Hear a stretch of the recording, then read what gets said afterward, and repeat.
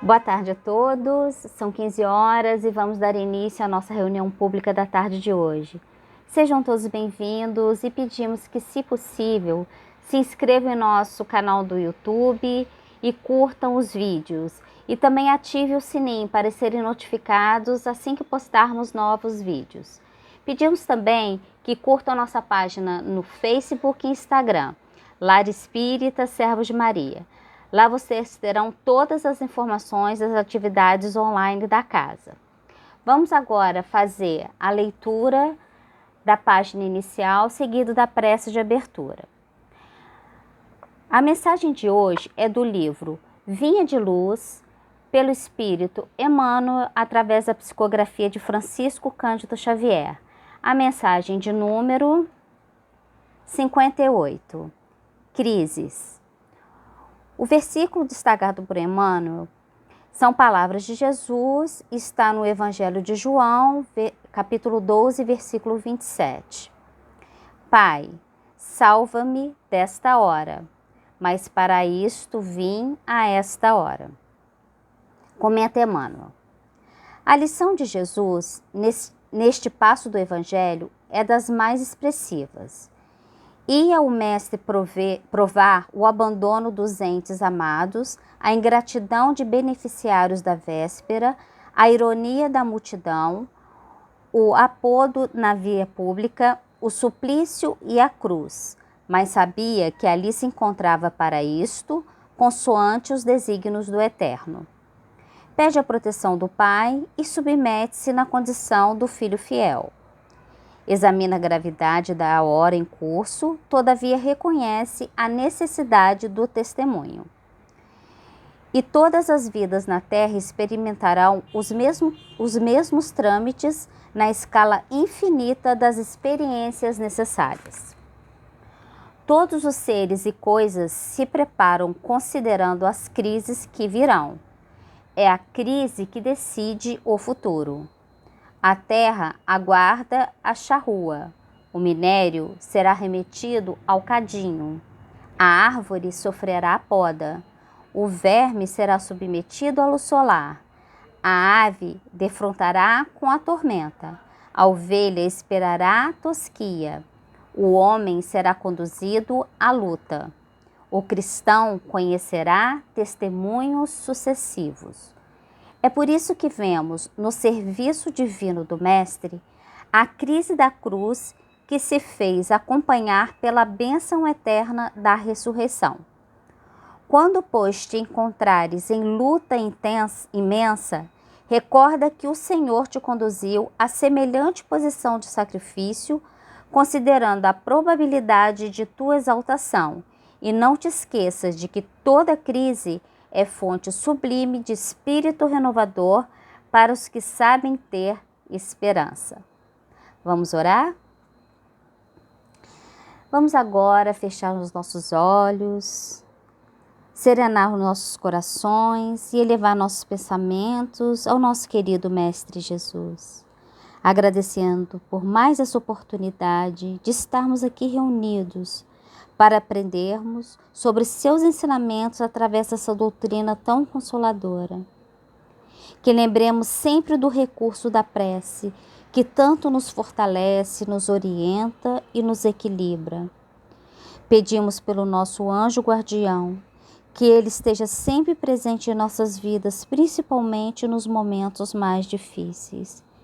Pedimos também que envolva a nossa companheira Jacira, que conduzirá o estudo da tarde de hoje. Que sua luz esteja sempre presente em cada um de nós e entre nós, hoje e sempre, graças a Deus. Vamos convidar agora para conduzir o estudo da tarde de hoje a nossa companheira Jacira, do CI, Centro Espírita Irmã Rosa. Obrigada, Jacira, e seja bem-vinda.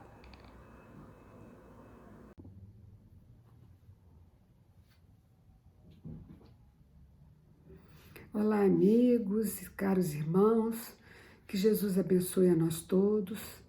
É muito bom estarmos reunidos para esse momento de reflexão no Evangelho segundo o Espiritismo. O nosso estudo de hoje é do capítulo 2 do Evangelho, intitulado O Reino de Deus. Tornou Pilatos a entrar no pretório, que é o tribunal dos magistrados na Roma antiga, chamou Jesus e lhe perguntou: Sois reis dos judeus? Respondeu-lhe Jesus: Meu reino não é deste mundo. Se meu reino fosse desse mundo, certo que os ministros impediriam que eu fosse entregue aos judeus. Mas por agora, o meu reino não é daqui. Pilatos logo retrucou: Sois, pois, rei? E Jesus lhe disse: Tu dizes que eu sou rei. Eu nasci e vim a este mundo para dar testemunho da verdade. E todo aquele que é da verdade ouve a minha voz. Temos duas reflexões aqui muito importantes. A questão do reino, do reinado, e a questão que ele afirma: aquele que é da verdade ouve a minha voz. Então, quanto ao reino, nós podemos pensar e refletir, estudar, que há reinos transitórios e há reinos permanentes. Os reinos transitórios possuem um poder temporário alicerçado em tudo que é perecível. Terminam quando a vida material extingue ou aqueles valores modificam. O reino permanente, no entanto, foi o que Jesus veio implantar na terra.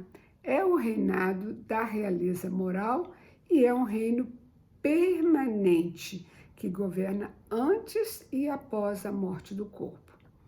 O título de rei não implica necessariamente o exercício de um poder temporal. Ele também pode ser um consentimento unânime e geral daquele cuja inteligência o destacou no primeiro ponto, ou aquele que dominou o seu século ou o seu momento de vida, né, influindo no progresso da humanidade ou se tornando importante para a evolução, para a arte, para a beleza, para qualquer evento que trouxesse felicidade, paz e um certo progresso para a humanidade. Assim se diz: rei ou príncipe dos filósofos, rei dos artistas, rei dos poetas, dos escritores, dos esportistas, dos atletas, etc. Essa realeza é nascida do mérito pessoal, consagrada pela posteridade, e tem frequentemente uma preponderância maior do que aquele que traz consigo uma coroa e um cetro, porque muitas das vezes essa coroa e o cetro obedece apenas à questão da dinastia hereditária. E por ser imperecível, é que o rei não manterá este título depois que a vida passar, né? A não ser que este rei ou essa rainha tenham sido muito bons e tenham administrado com sabedoria e justiça, promovendo o progresso e o bem de todos. E assim ele será alcançado uma consagração, mas uma consagração do seu nome, da sua pessoa, porque o título, este será sempre passageiro. Portanto, a realeza terrena termina com a vida, enquanto que a realeza moral governa predominantemente depois da morte do corpo. No item 8 desse capítulo 2 do Evangelho, há um depoimento comovente de um espírito de uma rainha da França que nos relata a sua experiência. Está lá dita a sua comunicação. Quem melhor do que eu poderá compreender essas palavras: meu reino não é deste mundo. O orgulho me venceu na terra, e que eu trouxe comigo deste reino? Nada. O reinado não me seguiu ao túmulo. Fui rainha entre os homens e acreditei que entraria nos céus como rainha. Que desilusão, que humilhação ao ver bem acima de mim homens que eu acreditava serem inferiores e que eu desprezei porque não possuíam o sangue nobre. Só aí compreendi a esterilidade das honras e das grandezas que procuram com tanta avidez na terra. Os homens guardam os bens terrenos como se fossem guardá-los para sempre. Mas aqui, neste mundo, depois da morte, não há ilusão, porque percebemos que negligenciamos os únicos bens sólidos e duráveis, os únicos que permanecem na morada espiritual, os únicos que verdadeiramente podemos possuir. Quanto à referência de Jesus ao dizer: todo aquele que é da verdade ouve a minha voz, ser da verdade significa aquele que tem a ansiedade boa, né? Tem ânsia, tem desejo de buscar essa verdade, de saber, de conhecer, de refletir sobre ela em sua vida e de estudar as leis de Deus. Por que fazer as coisas do nosso jeito se Deus sabe muito mais do que nós o que é bom para nós? Então, suas leis são as regras da vida, suas leis são de bondade e justiça.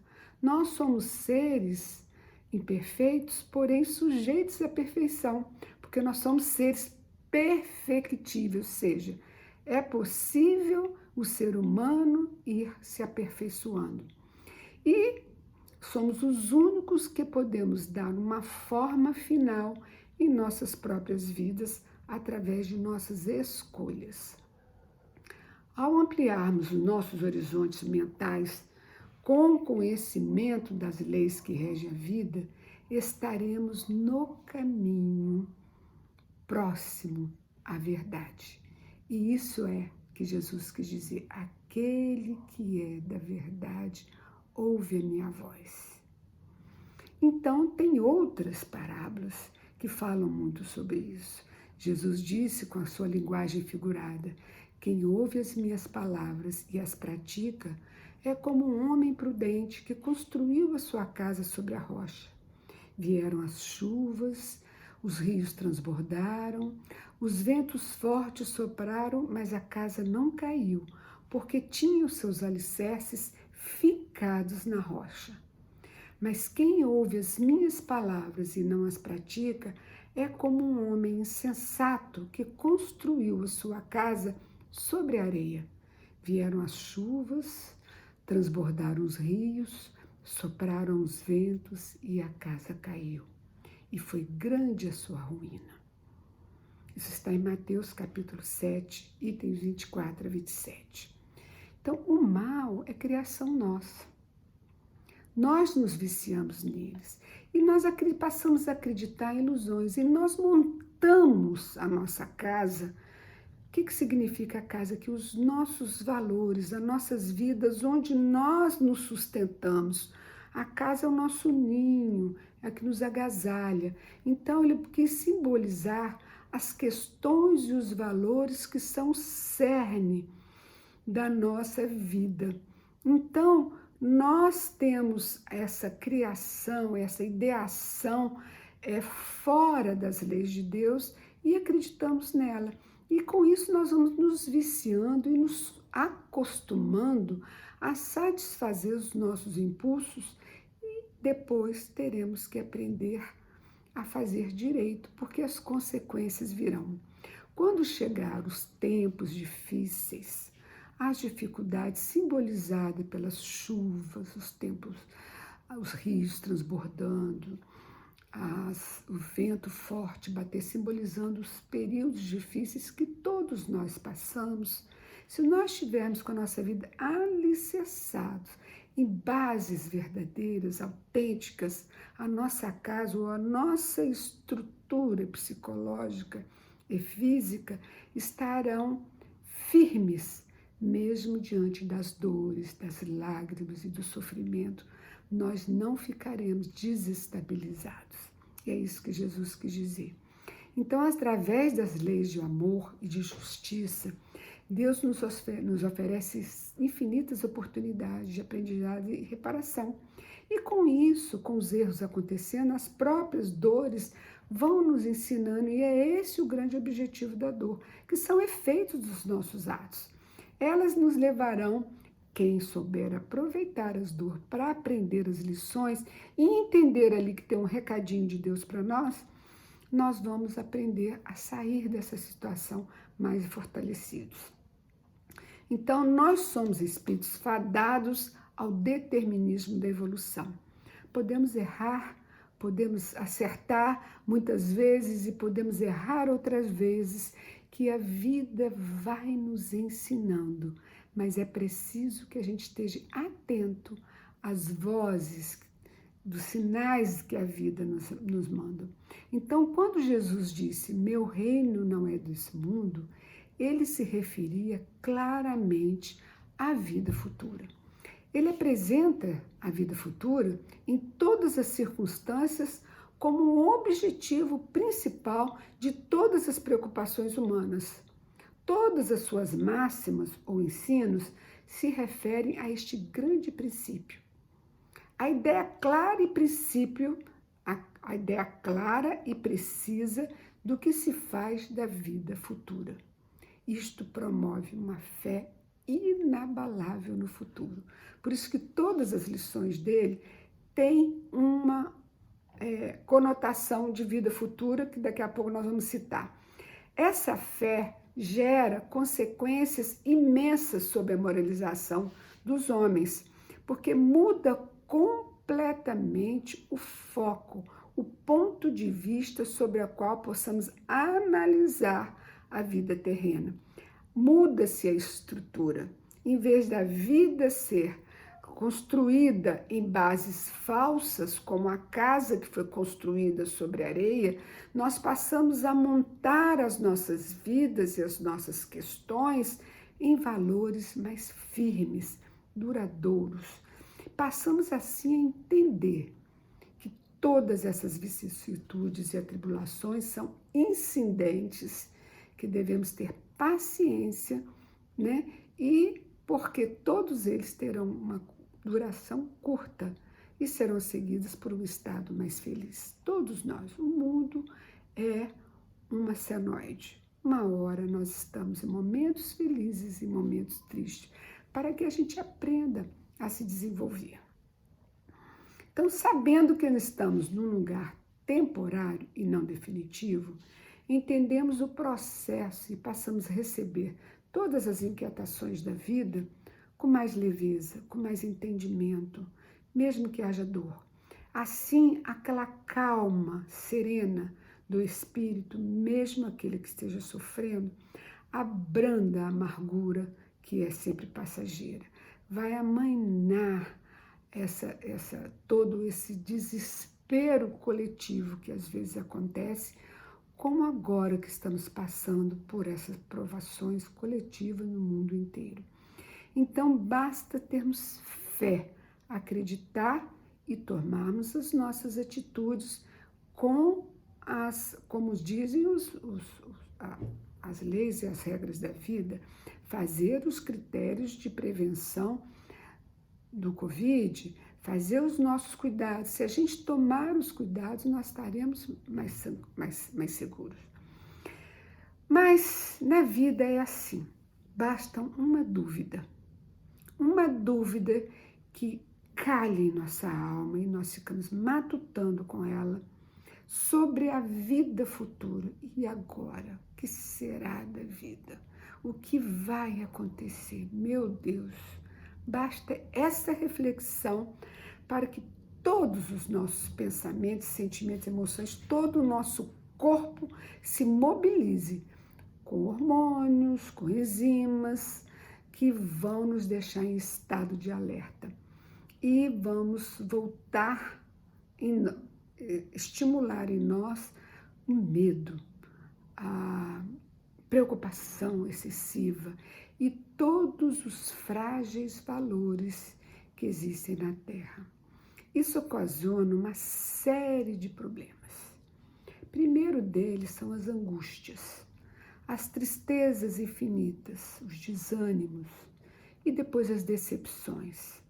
Porque nós criamos falsas expectativas. Por exemplo, a perda do menor dos nossos bens promove tristezas pungentes, frustrações desmedidas e uma dedução falsa de que passamos vitalizar e de que dar força de que nós somos vítimas e que há uma grande injustiça acontecendo conosco. Puxa, mas eu tomei todos os cuidados. Por que que eu adoeci? Por que que eu tive esse... Nós vamos lembrar que teve um momento que eu vacilei, que eu errei, e a causa aconteceu. Por que comigo? Porque eu preciso da lição, eu preciso aprender. Nós somos espíritos, todos nós espíritos ainda muito rebeldes. Nós queremos fazer as coisas do nosso jeito. Então, muitas das vezes, nossas perdas é porque estamos resgatando as dívidas de valores adquiridos indevidamente em vidas passadas. Então, é bom para o nosso espírito. Conta-nos, né, Chico Xavier, nas imensas histórias que ele tinha um auxiliar lá no Centro Espírita da Prece, que ele ajudou, era um menino muito pobre, ele ajudou, deu abrigo, e ele conseguiu um trabalho, ele foi trabalhando, estudando e trabalhando, aquela vida difícil, mas conseguiu se formar em Direito. E aí começou a trabalhar, ganhar um pouquinho mais, e aí ele montou um pequeno escritório que para ele era um sonho, todo mobiliado, e aí juntou o dinheiro, conseguiu comprar o primeiro computador.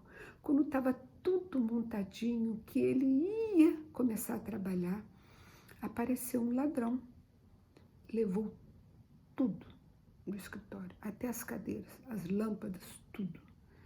E ele chegou triste lá no Centro Espírita da Prece, onde Chico atendia. Ele chegou profundamente desolado. Todo o seu dinheiro, toda a sua economia estava ali. E aí Chico, que sabe ler o que vai na alma das pessoas, o abraçou e disse: "Oh, meu irmão, não fique assim não." Ele disse: "Chico, perdi tudo, levaram tudo, não tenho mais nada, vou ter que reconstruir tudo de novo." E ele chorava. Ele: "Filho, não fica assim. É tão bom quando a gente devolve."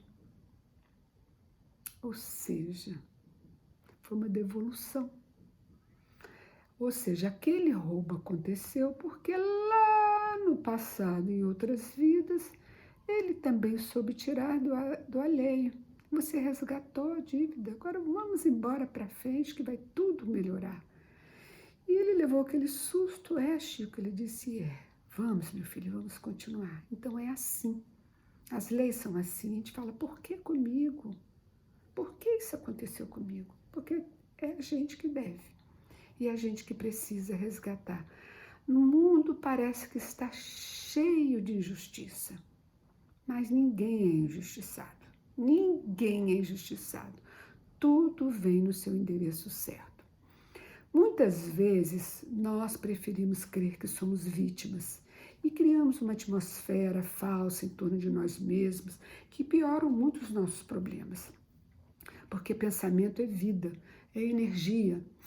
E isso vai se associar, né? Essa energia, esses pensamentos, vai se associar com outros pensamentos semelhantes. E isso vai criar uma conexão com outras mentes tristes, revoltadas. Isso vai aumentar a nossa tristeza e nós também vamos aumentar a tristeza dos outros. E isso não é bom. Nós, espíritos, já conhecemos isso. E nós temos que aprender a cortar esses elos de tristeza. Vamos ficar um pouquinho tristes e depois vamos virar a página e passar e superar, para não ficar triste por muito tempo. Tristeza muito prolongada nos adoece, nos faz mal. Isso faz em torno de nós uma série de problemas, né? Então, tudo que não vemos, tudo isso acontece porque não vemos a possibilidade de um futuro.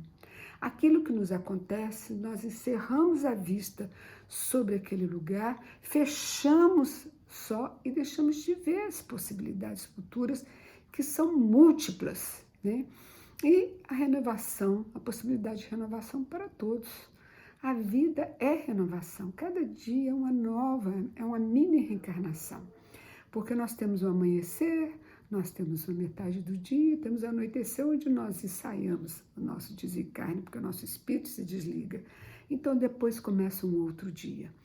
Então, somente aquele que considera o futuro atribui ao presente uma importância relativa e se consola facilmente com seus fracassos, aprendendo com eles, pensando, refletindo, buscando a renovação dos pensamentos e crendo, sobretudo, na renovação dos pensamentos, na destinação divina que nos propõe evolução.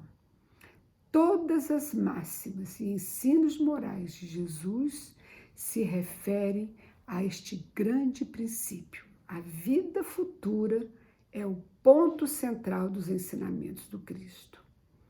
Ninguém pode ver o reino de Deus se não nascer de novo. Bem-aventurados os aflitos, porque serão consolados. Futuro, serão consolados. Ajuntais para vós os tesouros do céu, onde as traças e a ferrugem o consomem, e os ladrões não penetram e nem roubam. Esses tesouros do céu são os valores do bem, da fé, do conhecimento, da busca da melhoria, da virtude, da autoiluminação nos nossos recessos da alma, nos recessos divinos da consciência, moradia de Deus em nós. Por que recesso divino da consciência? Porque é lá que mora a nossa consciência divina.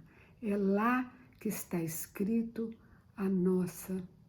todas as leis de Deus, e é na própria consciência que está firmada todas essas verdades. Questão 621 do Livro dos Espíritos. Então, ouvir a voz da consciência é um hábito que precisamos treinar. Porque muitas das vezes as coisas que nos acontecem aqui nesse momento foi realmente um descuido nosso. Foi uma maneira, ou então uma expectativa aumentada em torno de alguém ou de algumas circunstâncias.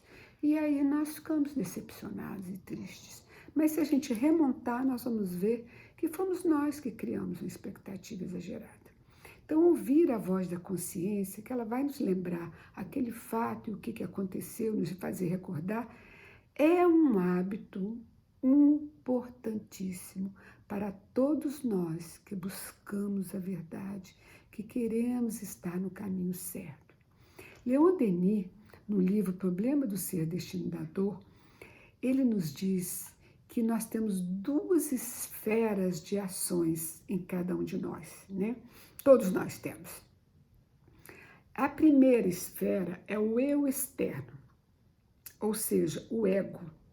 Ele é superficial, é passageiro, é chamado o eu egoísta, que é agitado por desejos, paixões, mobilidade e insuficiência. Esse é o eu externo, duas esferas. E tem o eu interno, ou o eu interior, que é a sede da consciência, é a fonte da vida espiritual. É verdadeiro, profundo e imaterial. É o eu altruísta que aprende e entende o seu papel dentro de uma comunidade, de uma cidade, num país, num planeta, né? E é o templo de Deus em nós. Então, todos nós temos Deus dentro de nós, ele está em toda parte, e principalmente em nós. Se a gente faz uma consulta séria, com tranquilidade, vai fluir de lá as respostas. Enquanto o ego, esse esfera exterior, esse eu superficial, enquanto ele dirigir o nosso planeta, nós teremos a vida semeada de provações, males e muitas decepções. Por quê? Porque nós estaremos focando, dando força e apoio a todas as ações e expectativas naquilo que um dia vai acabar, que vai se modificar, naquilo que é imperecível. Então, fica semelhante ao homem que planta, que cria a casa na areia. Então, se eu coloco todos os meus valores naquilo que vai se diluir, que vai terminar, tudo aquilo que é material, que pertence à matéria, ou aquilo que vai se modificar, porque toda a natureza se modifica, né? Tudo muda no mundo. Só não muda a lei da impermanência ou da mutabilidade da matéria. Então, se a gente se apoia nisso, é claro que nós teremos muitas decepções. Somente o eu profundo, aquele eu interno, né?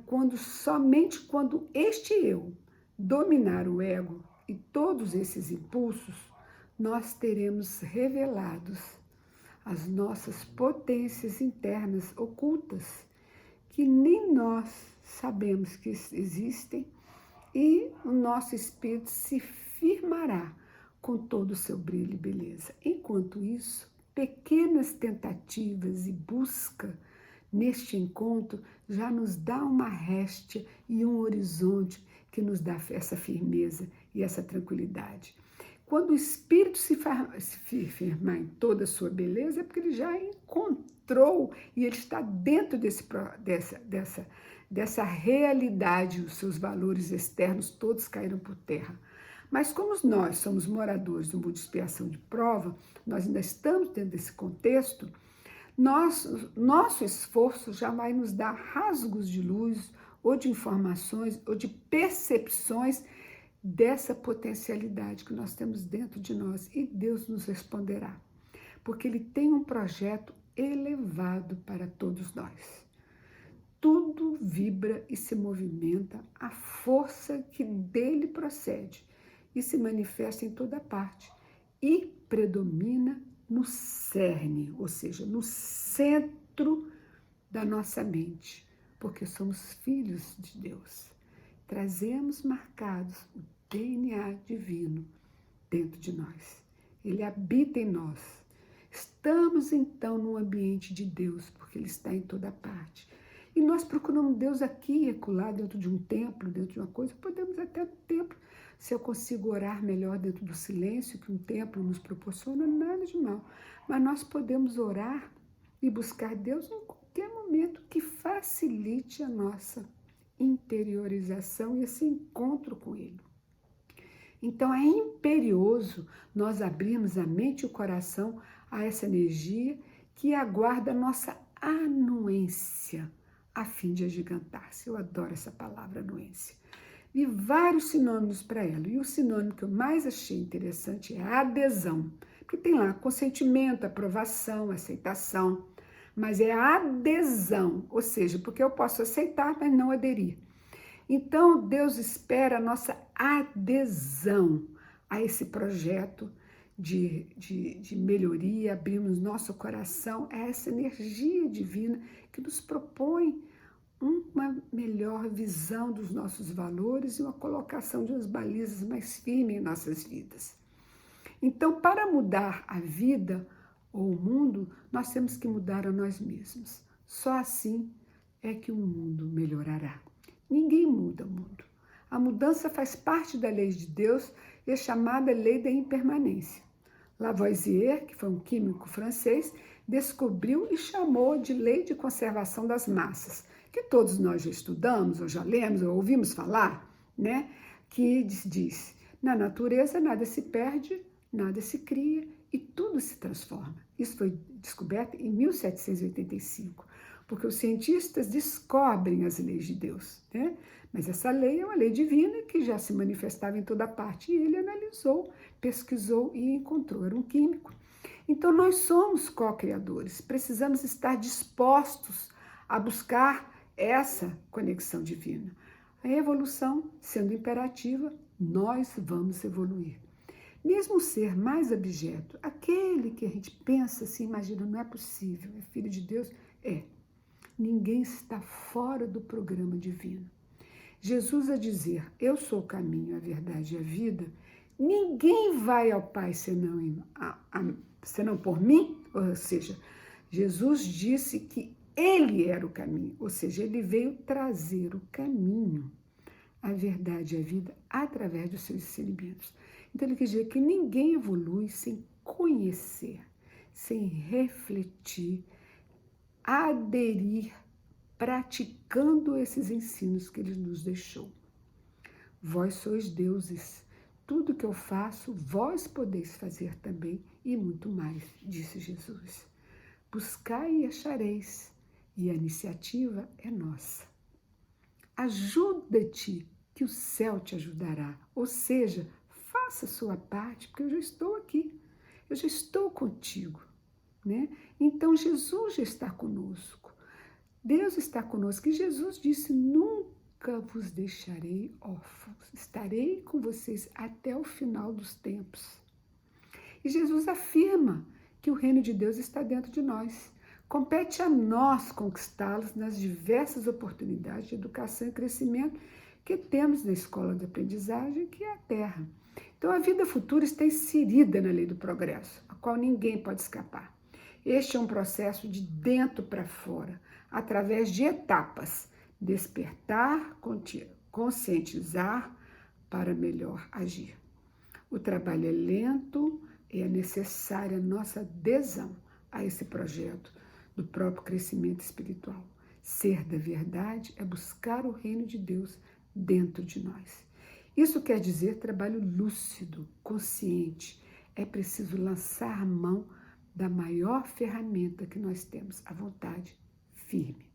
Só com a vontade bem aplicada, consciente e lúcida, conseguiremos, né? Como se trata da verdade, é necessário autenticidade nessa vontade. Vontade mesmo. Porque às vezes a gente diz: eu quero, mas não quer. Não vai. Então, é vontade mesmo. Devagarzinho, não é assalto. Porque nós não podemos tomar o reino de Deus. Não é uma invasão. É uma conquista, é uma descoberta. Pouquinho a pouquinho nós vamos descobrindo como é que é.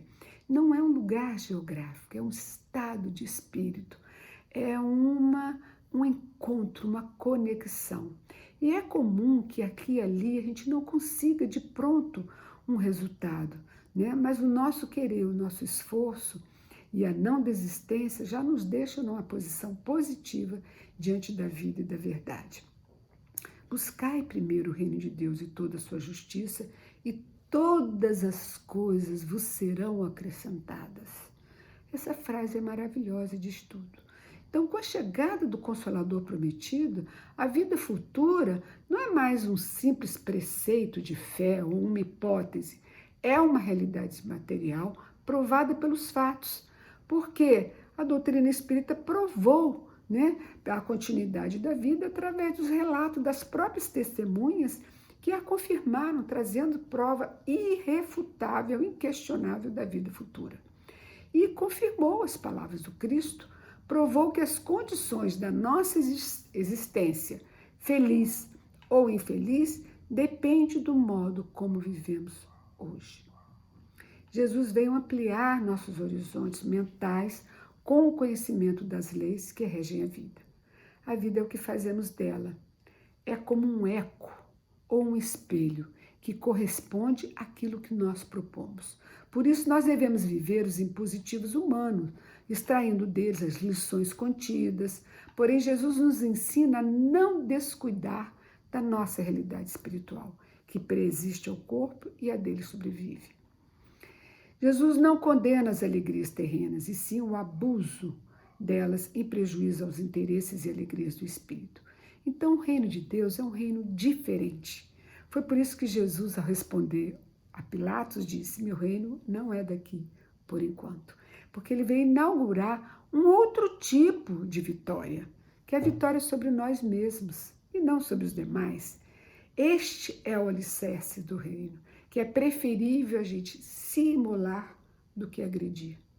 Onde o importante não é o que fizeram conosco, e sim como nós praticamos, como nós reagimos diante do fato, diante daquilo. Uma vez perguntaram para Gandhi: qual o caminho para a paz? E ele respondeu: a paz é o caminho. Gandhi, com sua ação de não violência, né, foi um programa que ele se colocou de não violência, ele inspirou-se em Jesus e libertou a Índia do jugo da Inglaterra. Na época em que havia um confronto muito acirrado entre os ingleses e os indianos, ele tinha estudado na Inglaterra, feito direito, e voltou para o seu país.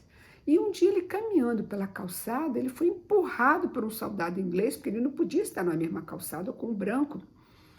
E ele levantou-se e continuou a caminhar calmamente. Então o soldado o espancou. E Gandhi levantou-se serenamente e continuou a caminhada. Então ele foi mais agredido ainda, bem fortemente, e aí Gandhi caiu. E o inglês, ao debruçar-se sobre ele, no chão, perguntou: "Você insiste em apanhar?" Nisso, Gandhi viu que um crucifixo que ele havia pendurado no pescoço do inglês saiu fora da camisa. E ele então lhe respondeu calmíssimo: "Eu aprendi isso com o mestre que você carrega no peito." E ele disse isso com tamanha mansuetude e amor que o soldado inglês ficou perplexo, sem resposta, ficou lívido e terminou por ajudá-lo a levantar-se e continuou cada um para o seu caminho. Gandhi, na sua ação de não violência, possibilitou que o soldado se percebesse por inteiro. E é assim que nós devemos reagir. O silêncio, a calma, faz com que o outro se perceba, se veja. Quando nós agitamos em argumentações e explosões, o outro não escuta o que a gente está falando, porque ele fica sendo estimulado a debater, a responder. E isso ocorre o confronto que não resolve nada e acirra mais ainda o embate. Então, Jesus disse: "Tendes aprendido o que foi dito. Olho por olho e dente por dente. Eu, porém, vos digo: se alguém vos bater a face direita, apresentai-lhes também a outra face." E Gandhi fez isso, porque na metáfora empregada por Jesus, nós devemos utilizar a oportunidade para mostrar um outro modo de resolver as questões, mostrar um outro lado da questão. Foi isso que ele fez e ficou famoso no mundo inteiro, porque ele libertou a Índia. Esse fato extremamente significativo nos faz pensar. Nós usamos o nome de Jesus como um adorno para pedir, suplicar apenas, ou para refletirmos sobre os seus ensinos. Ser da verdade é buscar o reino de Deus. É um labor solitário, interno, individual, que nos impõe silêncio para ouvirmos a voz da consciência, absorver a verdade que virá de lá.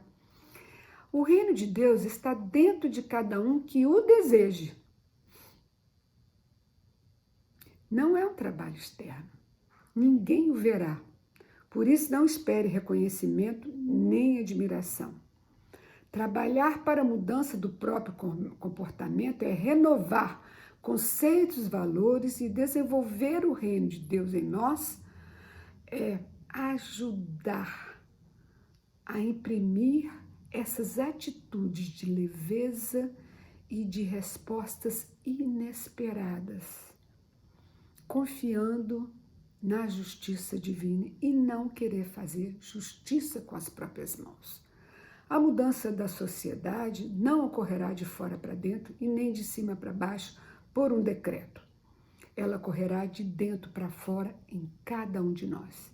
Sem adesão do indivíduo, o grupo social permanece inalterado. Então devemos trabalhar por nós, façamos a nossa parte, buscando a nossa melhoria individual e ajudando o próximo, principalmente. O prefácio do Evangelho, segundo o Espiritismo, ditado pelo Espírito da Verdade, parece que foi escrito agora. Diz lá: "Eu vos digo em verdade, os tempos são chegados, em que todas as coisas devem ser restabelecidas em seu sentido verdadeiro, para dissipar as trevas, confundir os orgulhosos e glorificar os justos. As grandes vozes dos céus ressoam como o som da trombeta, e os anjos se reúnem. Homens, nós vos convidamos ao divino concerto. que as vozes se unam e que num hino sagrado se estendam e vibrem em extremidade ao universo todo. Com essa mensagem, nós encerramos a nossa reflexão de hoje, pedindo a coisa mais justa que possamos pedir a Deus diante de toda a sua misericórdia e bondade. Senhor, dai-nos força para não desanimar, para continuarmos e nos mantermos na fé, na tranquilidade. Que Jesus nos ampare a todos.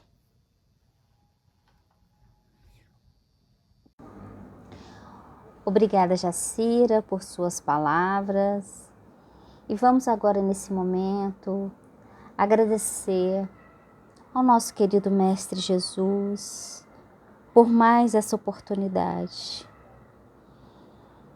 Que saibamos aderir e praticar seus ensinamentos em nossa vida diária. Que saibamos conquistar todos os dias o reino de Deus que está dentro de cada um de nós. Pedimos, Pai, que nos dê força e que diante de todos os obstáculos não percamos a nossa fé com a certeza de seus propósitos. Que a sua luz esteja sempre em nós e entre nós, hoje e sempre. Graças a Deus.